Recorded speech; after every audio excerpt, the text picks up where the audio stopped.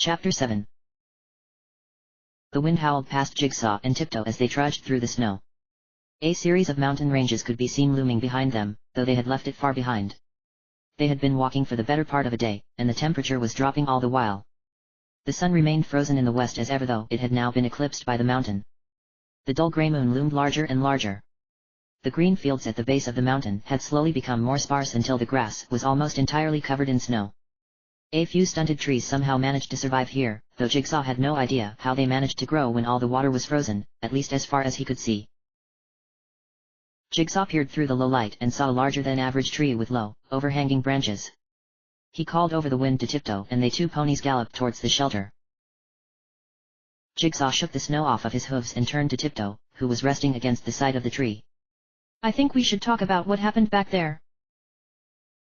"You mean the kiss?" Tiptoe asked quietly, blushing and turning her head away from Jigsaw slightly. Jigsaw's heart did a funny sort of flip on hearing Tiptoe mention the kiss, but he tried not to show it on his face. "I meant the dragon, Tantalus. Specifically, what he asked us to do." The smile dropped off Tiptoe's face. "Oh. That. What exactly is it we're supposed to be doing?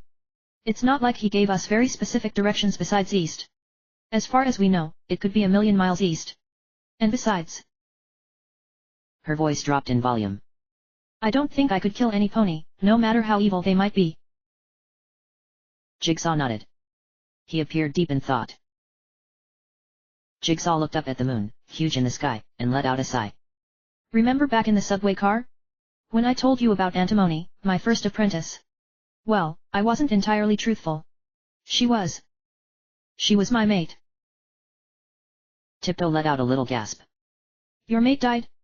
That's awful. I'm so sorry. But why are you telling me this now?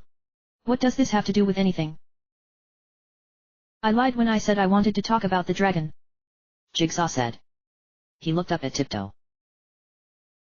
"We can't be together. It's just too dangerous. I can't lose another pony, because I can't handle the situation. I can't deal with it. And who knows what we're about to walk into." Jigsaw looked intensely at Tiptoe, then dropped his gaze to the snowy ground below. Tiptoe looked taken aback. "Jigsaw, I didn't mean to put this kind of pressure on you. I really do like you, but I understand that now isn't the best time to form a relationship," she said. The sides of Jigsaw's mouth twitched, but the smile didn't last very long. "Thank you for understanding. Now, I think we should get some sleep. We have quite an adventure ahead of us." He stood up and walked over to Tiptoe. He hesitated for a moment, then walked over and nuzzled Tiptoe. "I really do like you, you know." Tiptoe blushed. Jigsaw lit his horn and lifted away a patch of snow, exposing the ground below. He lied down in it, and Tiptoe joined him. The two ponies closed their eyes. Tiptoe opened them several hours later, find Jigsaw already awake. He had a small pile of twigs and rocks in front of him. As she watched, Jigsaw's horn glowed blue and the twigs lifted off the ground and bent themselves into an elaborate structure. "That's amazing!" Tiptoe exclaimed. Jigsaw let out a yelp and the structure sprang apart. He looked over to see Tiptoe sitting up in the clearing, giggling. "Oh, you're up," Jigsaw said, looking a little annoyed. "What are you doing?" Tiptoe said, standing up and stretching her wings. "I'm just tinkering. It helps me relax," he said. As Tiptoe watched, the twigs formed elaborate geometric patterns in mid-air. "I wish I could do something like that," Tiptoe said. "I haven't even gotten to use my special talent." She shot a glance over her shoulder at the feather emblazoned on her flank. "Haven't really had to sneak anywhere." "Well, you never know. We're heading out into a frozen wasteland to find some unicorn that's apparently powerful enough to kill goddesses. Not to mention, who knows what's left over from the Great Cataclysm. There could easily still be traps left unsprung the farther in we walk. You may soon have more work on your hooves than you bargained for." Jigsaw winked, then stood up and walked out of the protective branches. Tiptoe followed, a little confused by how Jigsaw's mood had changed since last night. They walked out into the semi-darkness of the plain. The moon hung low in the sky, casting a sullen grey light over the snow. The sun in the west had shrunk to a mere sliver of red light shining over the mountain range behind them. Tiptoe flapped her wings and took off, spiraling upward. Jigsaw set off at a canter. After only a few minutes of flying, Tiptoe was rushing back towards Jigsaw. You won't believe what I just saw, she cried, obviously excited. What? What is it? Jigsaw said. At first, I thought it was just a pile of rubble, but as I flew closer, I saw lights come on. Tiptoe, the last place we walked into that looked inhabited, we got trapped and recruited by a dragon. Well, do you have any better ideas? Asked Tiptoe. Well, I suppose not. And I am pretty hungry. Then follow me, Tiptoe said, taking off and flying away. Jigsaw rolled his eyes and set off after her. Tiptoe arrived at the ruined building several minutes ahead of Jigsaw and began to look around. The wall that was still standing was maybe a floor high, though it looked as though the building was one much larger. Old-world writing was etched over the ornate metal door that led inside, though most of the writing had been worn off by time, so that the only letters remaining were Amy FCLSTA. Tiptoe hadn't the slightest idea what it could mean. From above, the building just looked like a jumble of steel beams and rotting wood. The lights that had shined through the window from a distance hadn't reappeared since the approach, but Tiptoe was confident that something was alive inside, because when she opened the door, the air from inside was surprisingly warm. Jigsaw galloped up to Tiptoe, who was waiting near the door. This is the place you saw? It doesn't look very inviting. We'll never know unless we go inside, now, will we? She nudged the door open with her nose, and a buffet of warm air hit the two ponies. Well, that's encouraging, said Jigsaw, his eyes widening a bit. Jigsaw lit his horn again and closed the door behind him.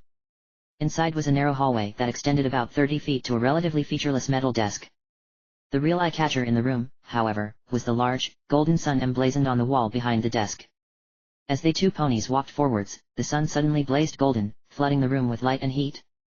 Jigsaw's horn glowed even brighter in response to the magic in the air. Then, as suddenly as it began, the lights shut off and the warmth vanished. Jigsaw and Tiptoe stood frozen in mid-stride, stunned. Jigsaw put his hoof down. Well, that explains the lig. His words were cut off by a sudden horrible buzzing. A sharp crack and a flash of blue light came from the end of the hallway, and white lights flickered to life along the length of the hallway. Jigsaw walked up to one and examined it with wonder. He touched his horn to the metal casing and a spark jumped between his horn and the metal casing on the light. He stepped back and nodded appreciatively, apparently impressed. Tiptoe just looked on quizzically. Jigsaw turned around to face her. The old world technology was apparently built to last. There's an elevator down at the end of the hallway that goes very far down. I don't know how far. You can tell all that just by looking at a light, Tiptoe said in awe. This cutie mark isn't just for show, you know, Jigsaw said, a wide smile parting his face. Now come on. Who knows what we'll find down there? Tiptoe let out a heavy sigh at the prospect of having to go underground yet again, then followed Jigsaw down the hallway. They had to climb over a few broken steel beams, but before too long, they came to a small door in the rubble. Jigsaw touched his horn to the door, and after a few minutes of effort, the door slid open haltingly.